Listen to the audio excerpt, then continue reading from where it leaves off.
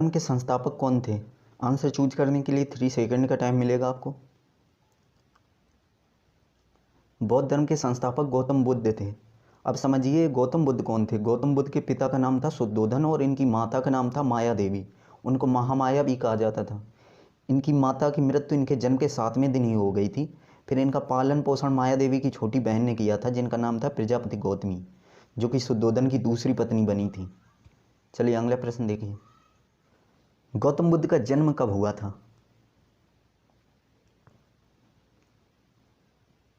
इनका जन्म 563 ईसा पूर्व में हुआ था। और इनका जन्म स्थान के बारे में समझिए जरा। गौतम बुद्ध शाक वंश के क्षत्रिय थे और शाक्यों के गुरु का नाम था कपिल। और कपिल के नाम पर ही एक नगर बनाया गया जिसका नाम रखा गया था कपिलवस्तु। शाक्यों ने उसे अपनी राजधानी भी बना ली थी। कपिलवस्तु से 10 किलोमीटर पूर्व में एक गांव है लुम्बिनी, जो कि वर्तमान में नेपाल में स्थित है। वहीं पर लुम्बिनी में 563 ईसा पूर्व में इनका गौतम बुद्ध का जन्म हुआ था। नेक्स्ट, गौतम बुद्ध के बचपन का नाम क्या था? इनके बचपन का नाम सिद्धार्थ था। गौतम बुद्ध के बचपन का नाम सिद्धार्थ था और इन्होंने 6 वर्ष की कठिन तपस्या के बाद जब ज्ञान प्राप्त कर लिया था तब इनका नाम गौतम बुद्ध रखा गया। सिद्धार्थ गौतम से गौतम बुद्ध। देखिए एक बात ध्यान रखना, गौतम बुद्ध के बचपन का नाम सिद्धार्थ था, लेकिन जैन धर्म के एक संस्थापक हैं महावीर स्वामी, उनके पिता का नाम भी सिद्धार्थ था। तो आप लोग कन्फ्यूजन में मत रहना। चलिए अगला क्वेश्चन देखिए। गौतम बुद्ध के पुत्र का नाम क्या था? इनके पुत्र का नाम राहुल था। गौतम बुद्ध का विवाह 16 वर्ष की अवस्था में हो गया था यशोधरा के साथ। फिर 12 वर्ष बाद इनको एक पुत्र रत्न की प्राप्ति हुई थी जिसका नाम रखा गया था राहुल। नेक्स्ट, एशिया का ज्योतिपुंज या द लाइट ऑफ एशिया किसे कहा जाता है?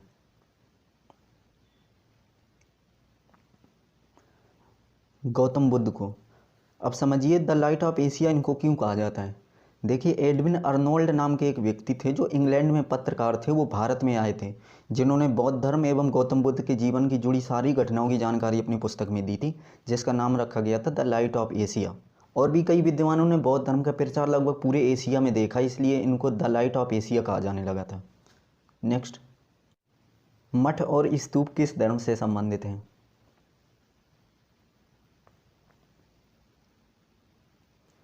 ये मठ और स्तूप बौद्ध धर्म से संबंधित हैं। अब समझिए मठ और स्तूप कहा किसे जाता है। बौद्ध मठ का अर्थ एक ऐसे संस्थान से है जहाँ पर बौद्ध धर्म के गुरु अपने शिष्यों को शिक्षा दीक्षा देते हैं। और स्तूप का शाब्दिक अर्थ होता है ढेर। यह एक टीलेनुमा अर्धवृत्ताकार संरचना होती है जिसका उपयोग बौद्ध अवशेषों को रखने के लिए किया जाता है। नेक्स्ट, किसके शासनकाल में 483 ईसा पूर्व में प्रथम बौद्ध संगीति का आयोजन हुआ था?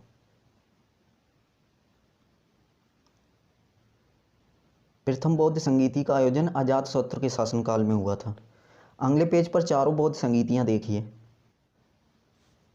इसमें चारों बौद्ध संगीतियाँ दी गई हैं। सबसे ऊपर देखिए संगीति दी गई है, फिर उसका समय, फिर वो किस स्थान पर हुई वो दिया गया है, और उस समय अध्यक्ष कौन थे और किसके शासनकाल में हुई, ये पूरी डिटेल दी गई है। तो ये चारों बौद्ध संगीतियाँ पहले तो इनको याद कर लेना अच्छे से। फिर नीचे हमने जो ट्रिक बनाई है वो इसलिए बनाई है कि इनका सीरियल याद रहे। जैसे पूछा गया प्रथम बौद्ध संगीति के समय किसका शासन था, तो आपको अजातशत्रु ना याद आकर दूसरे ऑप्शन भी याद आएंगे, या तो चारों याद आएंगे, काला अशोक, कनिष्क अशोक, ये सब याद आने लगेंगे। तो कन्फर्म नहीं होता है कि कौन किस में है। तो इसलिए हमने ये डिटेल बनाई है, नीचे दिया गया है। नीचे की लाइन याद कर लेना, आज महाराज वैशाली सबकाली, मूंगा अशोक के पुत्र का, कनिष्क का मित्र कुंडलवन। जैसे देखिए प्रथम बौद्ध संगीति में आज महाराज लिखा है, तो आज से याद आ जाएगा आपको अजातशत्रु के शासनकाल में हुई। महा से याद आ जाएगा महाकश्यप इसके अध्यक्ष थे, और राज्य से राजगृह में। तो ये ऐसे याद नहीं होंगी। पहले तो आपको चारों बौद्ध संगीतियाँ सही से याद कर लेना है, इसके बाद ये ट्रिक काम आएगी। चलिए अगला क्वेश्चन देखिए। गौतम बुद्ध के प्रिय घोड़े का नाम क्या था?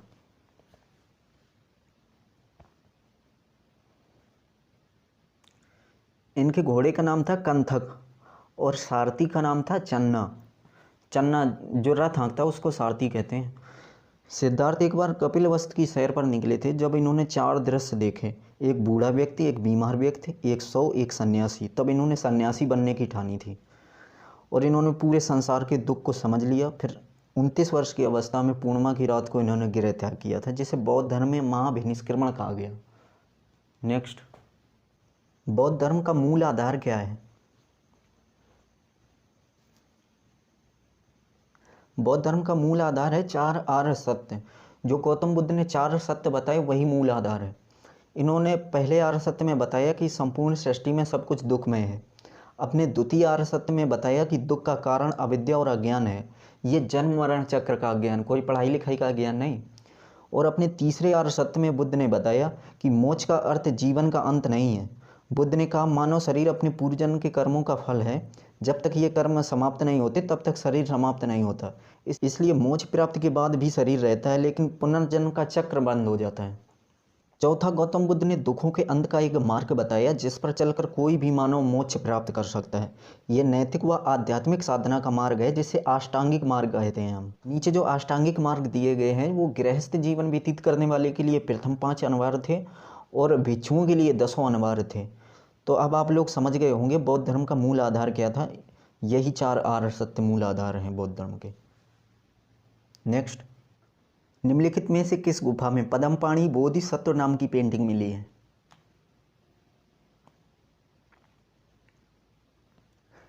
ये पेंटिंग अजंता की गुफा में मिली है। अब अजंता की गुफाओं के बारे में थोड़ी जानकारी सुनिए। अजंता की गुफाएं भारत के महाराष्ट्र राज्य के औरंगाबाद जिले में हैं, जिनकी संख्या करीब 29 है। ये गुफाएं अजंता नाम के गांव के पास हैं, इसलिए इनका नाम अजंता की गुफाएं रखा गया था। ये सभी गुफाएं 2वीं शताब्दी ईसा पूर्व की हैं। यहाँ पर बौद्ध धर्म से संबंधित चित्रण और शिल्पकारी के उत्कृष्ट नमूने मिलते हैं। इन गुफाओं की संख्या 29 है। 25 को विहार के रूप में उपयोग किया जाता है। विहार मतलब आवास, रहने के स्थान जो बौद्ध भिक्षु रहते हैं उनमें। और 4 को चैत्य या प्रार्थना हॉल के रूप में इस्तेमाल किया जाता है। इन गुफाओं की खोज 1819 ईस्वी में एक आर्मी ऑफिसर ने की थी। वहाँ पर वे अपने पूरे दल के साथ में शिकार करने के उद्देश्य से गए थे, तब उन्होंने इन गुफाओं की जानकारी की। नेक्स्ट, नागार्जुन कौन थे? नागार्जुन नाम के व्यक्ति एक बौद्ध दार्शनिक थे। इनके बारे में थोड़ा डिटेल में समझिए। नागार्जुन का जन्म 2री शताब्दी में महाराष्ट्र के उत्तर पूर्वी क्षेत्र में हुआ था, जिसको विदर्भ देश बोला जाता है। वर्तमान में बरार बोलते हैं। नागार्जुन सबसे प्रसिद्ध बौद्ध दार्शनिक थे, इसलिए इनको द्वितीय बुद्ध भी कहा जाता है। नागार्जुन कनिष्क और अश्वघोष के समकालीन थे। इन्होंने शून्यवाद का सिद्धांत दिया था। शून्यवाद के सिद्धांत में इन्होंने बताया कि संसार में सब कुछ ध्रुव सत्य नहीं है। इन्होंने सतत परिवर्तन को सत्य माना था। देखिए, नागार्जुन नाम के 2 व्यक्ति और हैं। एक तो हिंदी मैथिली भाषा के कवि हैं जिनका जन्म बिहार राज्य के दरभंगा जिला में हुआ था। उनका वास्तविक नाम वैद्यनाथ मिश्र था। उन्होंने भी बौद्ध धर्म की दीक्षा ली थी। और एक और व्यक्ति हैं नागार्जुन नाम के जो जैन धर्म से संबंधित हैं। उन्होंने हिमालय की यात्रा की थी। तो इसलिए हमने तीनों लोगों के बारे में बता दिया कि आप लोग कन्फ्यूज मत होना कि कौन से नागार्जुन की हम बात कर रहे हैं। नेक्स्ट, सूची फर्स्ट को सूची सेकेंड से सम्मिलित कीजिए। सूची फर्स्ट में कुछ नाम दिए गए हैं और सूची सेकेंड में बुद्ध से उनका संबंध है, तो आप लोग इनको मिलान कीजिए।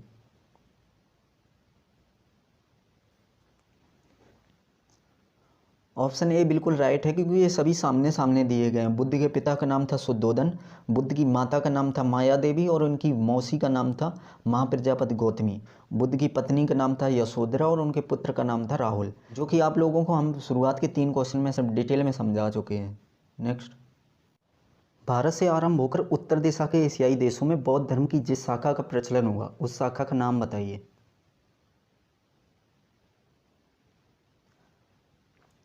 वहाँ पर बौद्ध धर्म की महायान शाखा का प्रचलन हुआ। अब थोड़ा डिटेल में समझिए।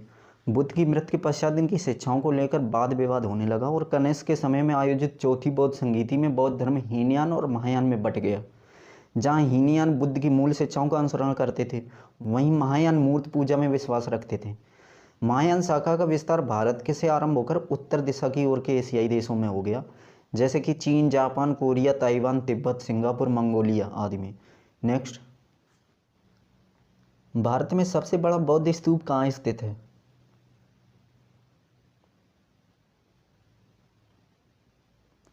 सांची में। सांची का स्तूप मध्य प्रदेश राज्य के रायसेन जिले में 3री शताब्दी ईसा पूर्व में बनाया गया था। सांची नगर मध्य प्रदेश की राजधानी भोपाल से 46 किलोमीटर की दूरी पर है। इस स्थान पर भगवान बुद्ध के अवशेषों को रखा गया है। यह स्तूप बौद्ध वास्तुकला शैली में बनाया गया है। सांची का मुख्य स्तूप मौर्य सम्राट अशोक ने बनवाया था। आज वहाँ पर छोटे बड़े कई स्तूप हैं। नेक्स्ट, यूनेस्को द्वारा सांची का स्तूप कब विश्व धरोहर स्थल में शामिल किया गया? सांची का स्तूप 1989 में यूनेस्को की सूची में शामिल हुआ था। यूनेस्को का मुख्यालय फ्रांस के सबसे बड़े नगर पेरिस में है, जो कि फ्रांस की राजधानी भी है। अभी तक भारत के 40 धरोहर स्थल को इसमें शामिल किया गया है। भारत से सबसे पहली बार 4 स्थल शामिल किए गए थे 1983 ईस्वी में। इसमें से अजंता और एलोरा की गुफाएं शामिल की गई थी, जो कि महाराष्ट्र में है, और आगरा का किला और ताजमहल, जो कि यूपी में है, उसको शामिल किया गया। इन चारों को, अजंता और एलोरा की गुफाएं, आगरा का किला और ताजमहल, ध्यान रखना आप लोग। नेक्स्ट, बौद्ध धर्म का हीनयान और महायान में विभाजन कब हुआ? बौद्ध धर्म 2 भागों में बट गया था 72 ईस्वी में। बौद्ध धर्म की हीनयान और महायान में विभाजन चतुर्थ बौद्ध संगीति में हुआ था, जो कि कश्मीर के कुंडलवन में 72 ईस्वी में हुई थी। उस समय कनिष्क का शासन था और चतुर्थ बौद्ध संगीति में अध्यक्ष थे वसुमित्र और अश्वघोष। नेक्स्ट, निम्नलिखित में से बौद्ध धर्म की पवित्र पुस्तक कौन सी है? बौद्ध धर्म की पवित्र पुस्तक त्रिपिटक है। इस पुस्तक के बारे में हमने थोड़ी जानकारी इकट्ठा की, आप लोग ध्यान से सुनिए थोड़ा। त्रिपिटक बौद्ध धर्म का प्राचीन ग्रंथ है। इसे बौद्ध धर्म की सभी शाखाएं मानती हैं। इसमें बुद्ध के उपदेशों को संग्रहित करके रखा गया है। ये ग्रंथ 3 भागों में है, इसलिए इसको त्रिपिटक कहा गया है। त्रिपिटक का शाब्दिक अर्थ होता है 3 पिटारी। ये ग्रंथ पाली भाषा में लिखा गया है। नेक्स्ट, फोडोंग बौद्ध मठ किस राज्य में स्थित है?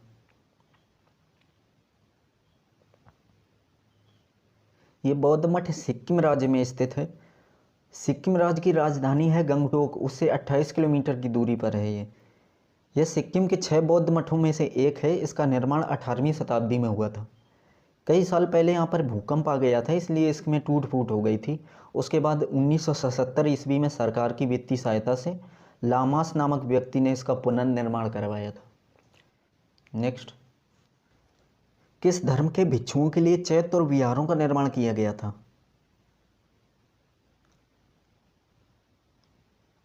चैत्य और विहार का निर्माण बौद्ध भिक्षुओं के लिए किया गया था। चैत्य और विहार कहते किसे, ये समझिए। चैत्य बौद्ध भिक्षुओं के लिए पूजा अर्चना और ध्यान करने का एक स्थान है। चैत्य में एक स्तूप समाहित होता है, जिसमें बुद्ध और बौद्ध भिक्षुओं के अवशेष रखे गए होते हैं। अब समझिए विहार। विहार भिक्षुओं का निवास स्थान होता है। माना जाता है भारत के बिहार राज्य में बौद्ध विहारों की संख्या अधिक होने के कारण इसका नाम बिहार पड़ा।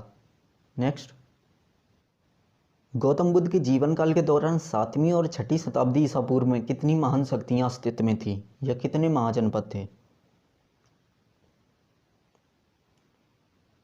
7वीं और 6ठी शताब्दी में 16 महाजनपद थे। 16 महाजनपद वर्तमान काल के उत्तरी अफगानिस्तान से लेकर बिहार तक तथा हिंदकुश से लेकर गोदावरी तक फैले थे। इन जनपदों का विवरण रामायण और महाभारत जैसे ग्रंथों में भी मिलता है। अभी आप लोग केवल इनके नाम याद कर लेना। धार्मिक आंदोलन समाप्त होने के बाद हम महाजनपद काल का जब वीडियो डालेंगे तब इनको डिटेल में समझाएंगे। चलिए अगला प्रश्न देखिए। बौद्ध भिक्षुओं के लिए निर्मित लोमस ऋषि गुफा किस राज्य में स्थित है?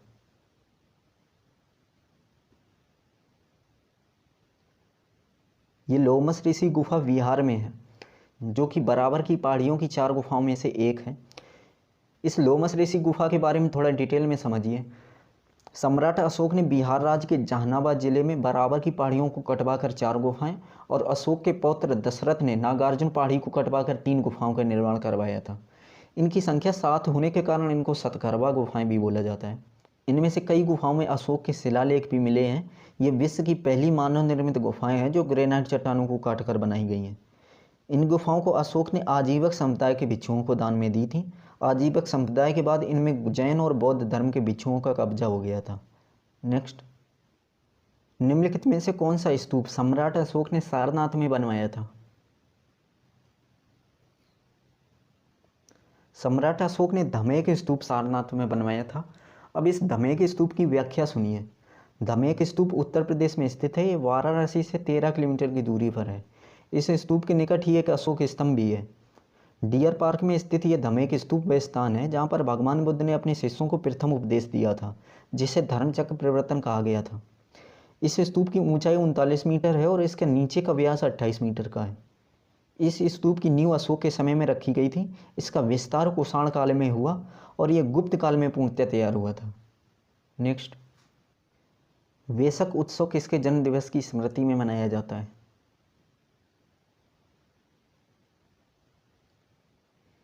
यह उत्सव गौतम बुद्ध के जन्म दिवस पर मनाया जाता है।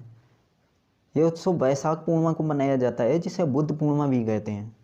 वैशाख पूर्णिमा ये ऐसा दिन है जिस दिन गौतम बुद्ध का जन्म, उसी दिन मृत्यु और वैशाख पूर्णिमा के ही दिन 6 वर्ष की कठिन तपस्या के बाद इनको ज्ञान की प्राप्ति हुई थी। इसलिए वैशाख पूर्णिमा बौद्ध धर्म में बहुत ही खास है। नेक्स्ट, गांधार कला किन दो कलाओं का संयोजन है?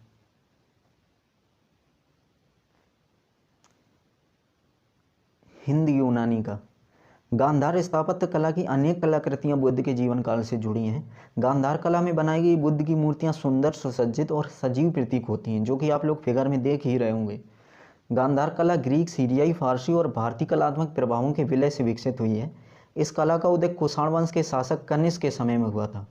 शक और कुषाण दोनों ही गांधार कला के संरक्षक थे।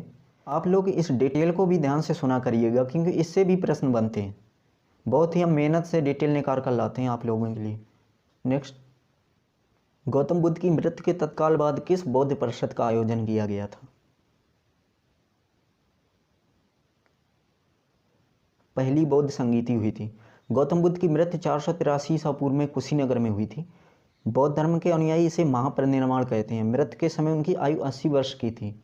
महात्मा बुद्ध के परिनिर्वाण के कुछ समय बाद उनके उपदेशों को संग्रहित करने, उनका पाठन करने आदि उद्देश्य से संगीति कराई गई थी। इन्हें धम्म संगीति या धर्म संगीति कहा जाता है। इन संगीतियों की संख्या अलग अलग संप्रदायों में अलग अलग बताई जाती है। प्रथम 4 बौद्ध संगीतियाँ प्रमुख हैं, जो कि हमने क्वेश्चन नंबर 7 में इसकी चर्चा की थी।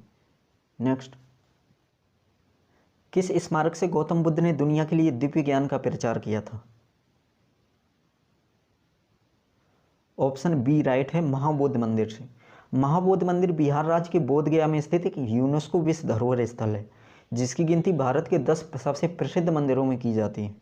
यह मंदिर उसी स्थान पर है जहाँ पर भगवान बुद्ध ने 6 वर्ष की कठिन तपस्या के बाद ज्ञान प्राप्त किया था। पवित्र बोध वृक्ष, जो पीपल का वृक्ष है, वो मंदिर के बाईं ओर अब भी है। ये वास्तविक वृक्ष का वंशज है। नेक्स्ट, कौन सी गुफाएं बौद्ध, हिंदू एवं जैन धर्म की धार्मिक कला की सांस्कृतिक मिश्रण है?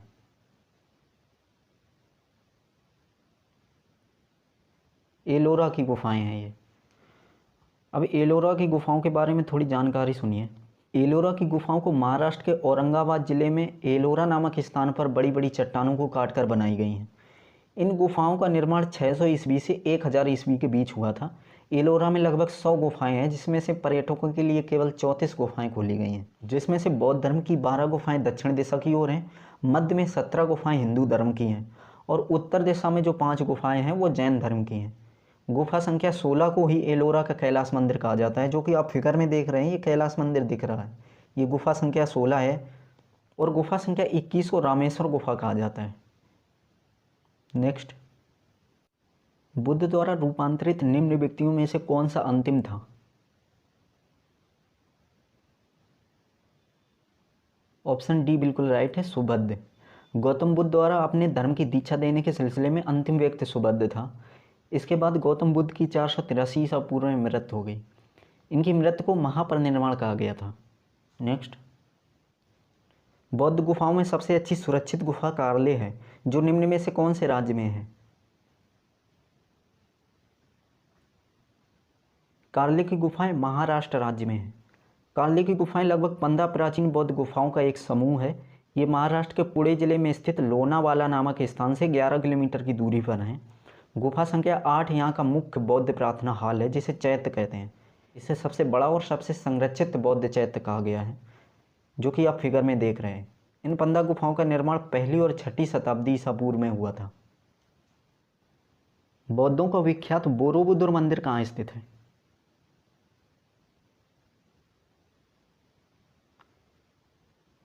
ये मंदिर इंडोनेशिया में स्थित है। बोरोबुदुर मंदिर इंडोनेशिया के मध्य जावा प्रांत में स्थित है। इस मंदिर का निर्माण 10वीं शताब्दी में शैलेंद्र राजवंश के कार्यकाल में हुआ था। इस बौद्ध मंदिर में 504 बुद्ध प्रतिमाएं हैं। इसके केंद्र में गुंबद बना है, जो उसके चारों ओर 72 प्रतिमाएं हैं, जो आप फिगर में देख रहे हैं ऊपर। बोरोबुदुर 2 बार ज्वालामुखी विस्फोट से बुरी तरह प्रभावित हुआ। यह ज्वालामुखी की राख और घने जंगल में कई शताब्दियों तक छिपा रहा। फिर बोरोबुदुर मंदिर की जानकारी विश्व स्तर पर स्टैमफोर्ड राइफल्स ने कराई थी। नेक्स्ट, कौन सा कुषाण शासक बौद्ध धर्म का संरक्षक था?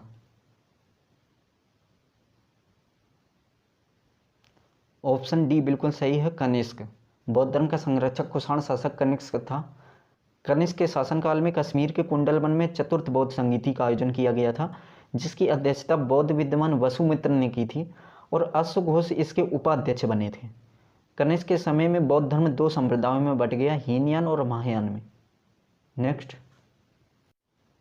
किस स्थान पर धर्मचक्र परिवर्तन किया गया था? देखिए, जब बुद्ध ने अपने शिष्यों को प्रथम उपदेश दिया था उसे धर्मचक्र परिवर्तन कहा गया। तो ये किस स्थान पर किया गया था, ये बताना आप लोगों को।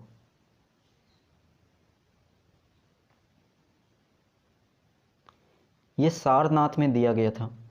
सारनाथ उत्तर प्रदेश में स्थित है। ये वाराणसी से 13 किलोमीटर की दूरी पर है। सारनाथ के डियर पार्क में स्थित धमेक स्तूप के पास भगवान बुद्ध ने अपने शिष्यों को प्रथम उपदेश दिया था। नेक्स्ट, निम्नलिखित राज्यों में से किसका संबंध बुद्ध के जीवन से था?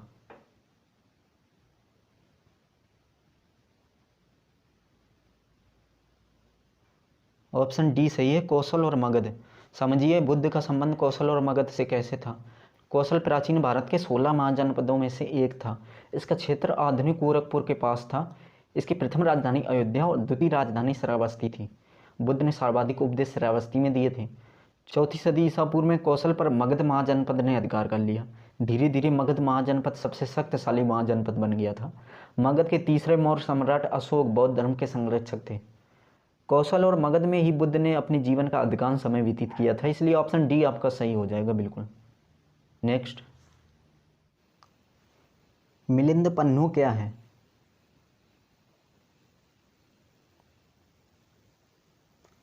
यह एक बौद्ध पाठ है। देखिए, जम्मू कश्मीर में एक नागसेन नामक बौद्ध भिक्षु थे जो प्रखर वक्ता भी थे। वे अपने सिद्धांत बुरा मत सुनो के आधार पर उपदेश देते थे। इनके द्वारा रचित पाली भाषी ग्रंथ मिलिंद पन्नू है, जिसमें यवन शासक मिलिंद द्वारा बौद्ध धर्म से संबंधित पूछे गए प्रश्नों का वर्णन है। नेक्स्ट, गौतम बुद्ध का जन्म स्थान किसके द्वारा अंकित किया जाता है?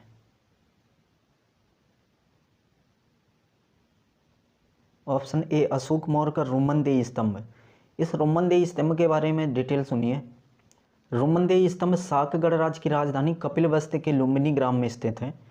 ये कपिलवस्तु वर्तमान में नेपाल में स्थित है, जो गौतम बुद्ध का जन्म स्थान है। रोमनदेही के अशोक स्तंभ पर खुदा हुआ लेख ब्राह्मी लिपि में लिखा गया है। यह बाईं ओर से दाईं ओर लिखा जाता है। अधिकतर भाषाएं बाईं ओर से दाईं ओर लिखी जाती हैं। जैसे हिंदी देवनागरी लिपि में लिखी जाती है, तो देवनागरी का विकास भी तो ब्राह्मी लिपि से हुआ है। रोमनदेही स्तंभ अशोक का सबसे छोटा स्तंभ लेख है। इस स्तंभ लेख में ये जानकारी मिलती है कि सम्राट अशोक अपने राज्याभिषेक के 20वें वर्ष लुम्बिनी गए थे। उन्होंने लुम्बिनी गांव का धार्मिक कर माफ कर दिया था और भू राजस्व कर घटाकर 1/8 भाग कर दिया था। नेक्स्ट, विक्रमशिला विहार का संस्थापक कौन था?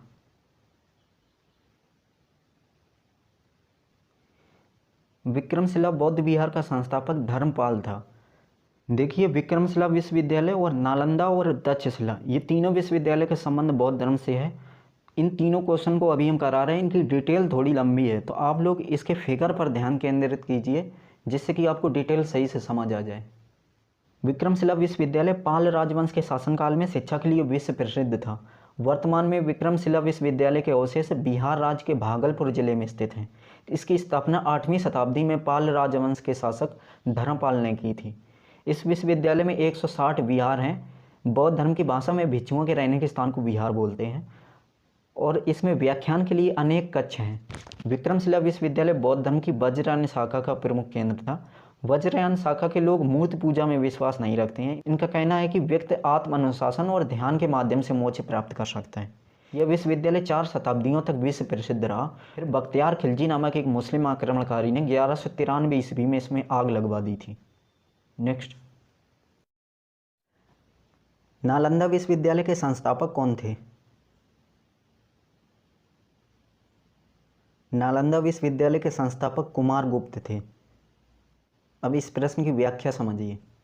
नालंदा भारत के बिहार प्रांत का एक जिला है जिसका मुख्यालय बिहार शरीफ है। यहीं नालंदा विश्वविद्यालय स्थित है जो पटना के दक्षिण में 90 किलोमीटर की दूरी पर राजगीर के पास स्थित है। एक समय यह विश्व का सबसे बड़ा विश्वविद्यालय था। इसकी स्थापना 485 ईस्वी में कुमार गुप्त ने की थी। चीनी यात्री भैनसांग तथा इत्सिंग ने अपनी यात्रा विवरण में दर्शाया है कि इस विश्वविद्यालय में 10,000 छात्रों को पढ़ाने के लिए 2,000 शिक्षक थे। वेनसांग 7वीं शताब्दी में यहाँ पर आए थे। 1 वर्ष यहाँ पर उन्होंने विद्यार्थी के रूप में बिताया और 1 वर्ष शिक्षक के रूप में। इस विश्वविद्यालय में चयन मेरिट के आधार पर होता था और छात्रों का रहना खाना शिक्षा सब निःशुल्क था। माना जाता गौतम बुद्ध कई बार नालंदा विश्वविद्यालय आए थे और यहाँ पर रुके भी थे। इस विश्वविद्यालय में 9 मंजिला एक लाइब्रेरी थी जिसका नाम धर्मगूंज था। इसका मतलब होता है सत्य का पर्वत। इसमें 3 लाख पुस्तकें थीं और 90 लाख पांडुलिपियाँ रखी थीं। पांडुलिपियाँ जो लकड़ी की परत में लिखा जाता है वही होती हैं। यहाँ पर बख्तियार खिलजी ने आक्रमण करके आग लगा दी थी जिससे लाइब्रेरी 3 माह तक जलती रही थी। उसने अनेक धर्माचार्यों और बौद्ध भिक्षुओं को मरवा दिया था। यूनेस्को ने 2016 ईस्वी में नालंदा विश्वविद्यालय के अवशेषों को विश्व धरोहर स्थल घोषित किया। बख्तियार खिलजी ने ही विक्रमशिला विश्वविद्यालय में आग लगवाई थी और नालंदा विश्वविद्यालय में भी। कई विद्वानों का मानना है नालंदा विश्वविद्यालय में बख्तियार खिलजी गया था और लाइब्रेरी में कुरान पुस्तक नहीं मिली, इसलिए उसने आग लगवाई थी। नेक्स्ट, तक्षशिला विश्वविद्यालय वर्तमान में किस देश में स्थित है?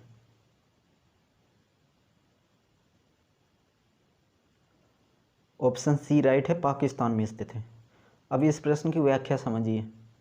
तक्षशिला विश्वविद्यालय को विश्व का सबसे पहला विश्वविद्यालय माना जाता है। प्राचीन भारत में गांधार महाजनपद की राजधानी थी तक्षशिला। वहीं पर यह तक्षशिला विश्वविद्यालय 700 ईसा पूर्व में स्थापित किया गया था। वर्तमान में तक्षशिला पाकिस्तान के पंजाब प्रांत के रावलपिंडी जिले में स्थित है। तक्षशिला विश्वविद्यालय की स्थापना श्री राम के भाई भरत ने की थी। तक्षशिला नाम तक्ष के नाम पर रखा गया था जो भरत के पुत्र थे। बौद्ध साहित्य के अनुसार यह विश्वविद्यालय चिकित्सा और धनुर्विद्या की शिक्षा के लिए प्रसिद्ध था। इस विश्वविद्यालय का नष्ट होने का कारण था कि इसी मार्ग से विदेशी आक्रमण होने लगे थे। हूणों एवं इस्लामिक आक्रमणकारियों ने इसे पूरी तरह नष्ट कर दिया। अलेक्जेंडर कनिंघम ने 19वीं शताब्दी के मध्य इसके खंडहरों की खोज की। फिर 1980 ईस्वी में इसे यूनेस्को ने विश्व धरोहर स्थल घोषित किया। नेक्स्ट, बुद्ध धम्म और संघ मिलकर कहलाते हैं। बुद्ध धम्म और संघ को मिलाकर क्या बोला जाता है? इनको त्रिरत्न बोला जाता है। पहला है बुद्ध। बौद्ध धर्म के अनुसार बुद्ध के स्वरूप पर चित्त को केंद्रित करने से मनुष्य के मन में वितृष्णा और स्थिरता आती है, उसे बुद्ध कहते हैं। दूसरा है धम्म। धम्म पाली भाषा का शब्द है। हिंदी में धम्म को धर्म कहते हैं। धर्म के बहुत अर्थ हैं जिसमें से कर्तव्य, अहिंसा, न्याय, सदाचार, सद्गुण ये प्रमुख हैं। तीसरा है संघ। संघ एक संस्कृत भाषा का शब्द है जिसका अर्थ है समुदाय। बौद्ध धर्म में भिक्षुओं और उपासकों के संगठन को संघ कहा जाता था। गौतम बुद्ध ने संघ को सर्वाधिक महत्व दिया था। नेक्स्ट, भारतीय इतिहास के निम्नलिखित युगों में से किसके दौरान क्षत्रिय एक विशिष्ट पहचान रखते थे?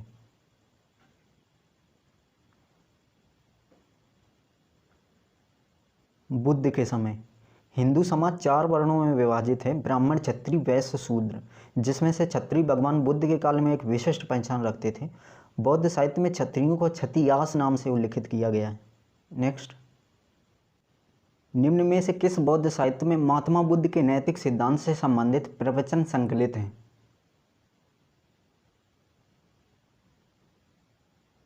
ऑप्शन डी सही है, सुत्त पिटक में। इसकी व्याख्या समझिए। सुत्त पिटक बौद्ध धर्म का एक ग्रंथ है। यह ग्रंथ त्रिपिटक के 3 भागों में से एक है। सुत्त पिटक में तर्क और संवादों के रूप में भगवान बुद्ध के सिद्धांतों का संग्रह है। इसमें मुक्तक छंद तथा गद्य संवाद के साथ साथ छोटी छोटी प्राचीन कहानियाँ भी हैं। सुत्त पिटक 5 संग्रहों में विभाजित है।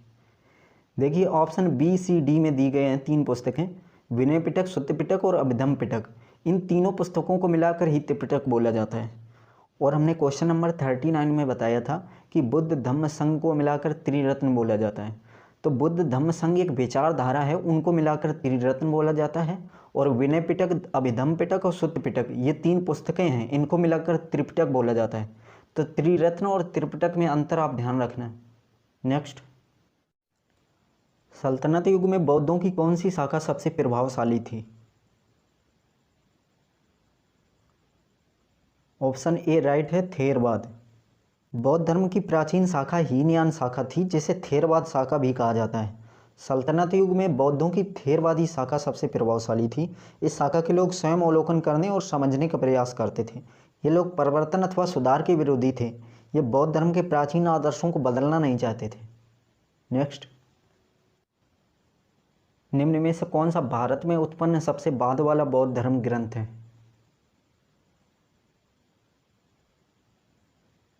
ऑप्शन डी सही है, वामसात पाक्शनी। भारत में रचा जाने वाला सबसे बाद का बौद्ध धर्म ग्रंथ वामसात पाक्शनी है। इसकी रचना 10वीं शताब्दी में हुई थी। नेक्स्ट, आरंभिक बौद्ध साहित्य किस भाषा में रचे गए?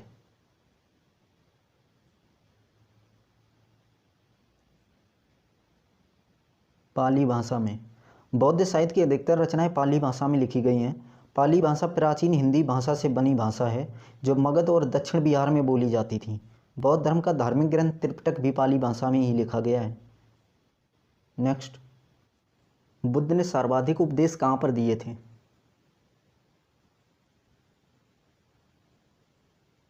गौतम बुद्ध ने सबसे ज़्यादा उपदेश श्रावस्ती में दिए थे। श्रावस्ती प्राचीन भारत के कौशल महाजनपद की दूसरी राजधानी थी। पहली राजधानी अयोध्या थी, बाद में कौशल की राजधानी श्रावस्ती बनाई गई। श्रावस्ती में महात्मा बुद्ध कई वर्षों तक रहे थे।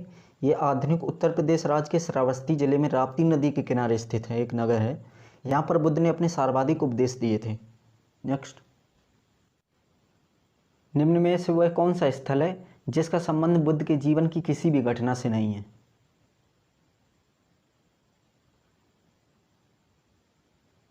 ऐसा स्थान सांची है, जिसका संबंध बुद्ध की जीवन की किसी घटना से नहीं है। सांची गांव भारत के मध्य प्रदेश राज्य के रायसेन जिले में है। यहाँ पर 3री शताब्दी में सम्राट अशोक ने सांची के स्तूप बनवाया था। गौतम बुद्ध की किसी घटना का संबंध यहाँ से नहीं है। कैसे भी होगा, क्योंकि ये 3री शताब्दी में बनवाया था स्तूप, और गौतम बुद्ध की मृत्यु 483 ईसा पूर्व में हो गई थी। बाकी के ऑप्शन ए बी सी का संबंध इस प्रकार है। सारनाथ, सारनाथ में भगवान बुद्ध ने अपना पहला उपदेश दिया था, जिसे धर्मचक्र प्रवर्तन कहा गया था। ऑप्शन बी में है बोध गया। बोध गया में 6 वर्ष की कठिन तपस्या के बाद गौतम बुद्ध को ज्ञान की प्राप्ति हुई थी। ऑप्शन सी है कुशीनगर। कुशीनगर में गौतम बुद्ध की मृत्यु 483 ईसा पूर्व में हुई थी, जिसे महापरिनिर्वाण कहा गया। नेक्स्ट, अशोक ने किस बौद्ध साधु से प्रभावित होकर बौद्ध धर्म अपनाया था?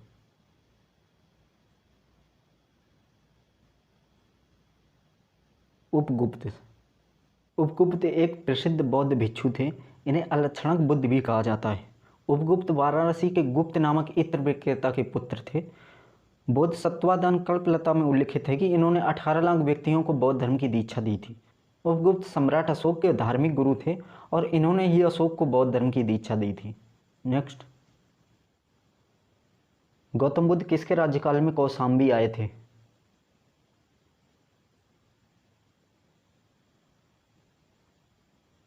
ऑप्शन बी उदयन के। महात्मा बुद्ध उदयन के शासनकाल में कौशाम्बी घूमने आए थे। यह उत्तर प्रदेश राज्य का एक जिला है। कौशाम्बी बुद्ध काल की परम प्रसिद्ध नगरी है, जो वत्स महाजनपद की राजधानी है। नेक्स्ट, बौद्ध संघ में भिक्षुणी के रूप में स्त्रियों के प्रवेश की अनुमति बुद्ध द्वारा किस जगह दी गई थी?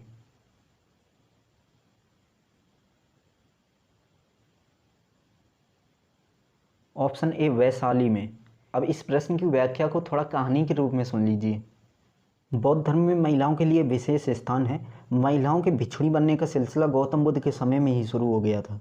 बताया जाता है कि इनके पिता के निधन के बाद इनकी माता भिक्षुणी बनना चाहती थी, लेकिन उन्होंने ये कहते हुए मना कर दिया था कि अभी उपयुक्त समय नहीं है। बाद में बुद्ध की माँ गौतमी ने बैठक की, और फिर फैसला हुआ कि महिलाएं भी भिक्षुणी बनेंगी। कहा जाता है कि उस दौरान करीब 50 महिलाओं ने सिर मुड़वाए थे और भिक्षा मांगते हुए बिहार में स्थित वैशाली पहुंची थी। इस प्रकार बौद्ध संघ में स्त्रियों का प्रवेश वैशाली से शुरू हो गया था। अब चलिए लास्ट प्रश्न और देख लीजिए। बौद्ध संघ के नियम मूलतः किस पुस्तक में दिए गए?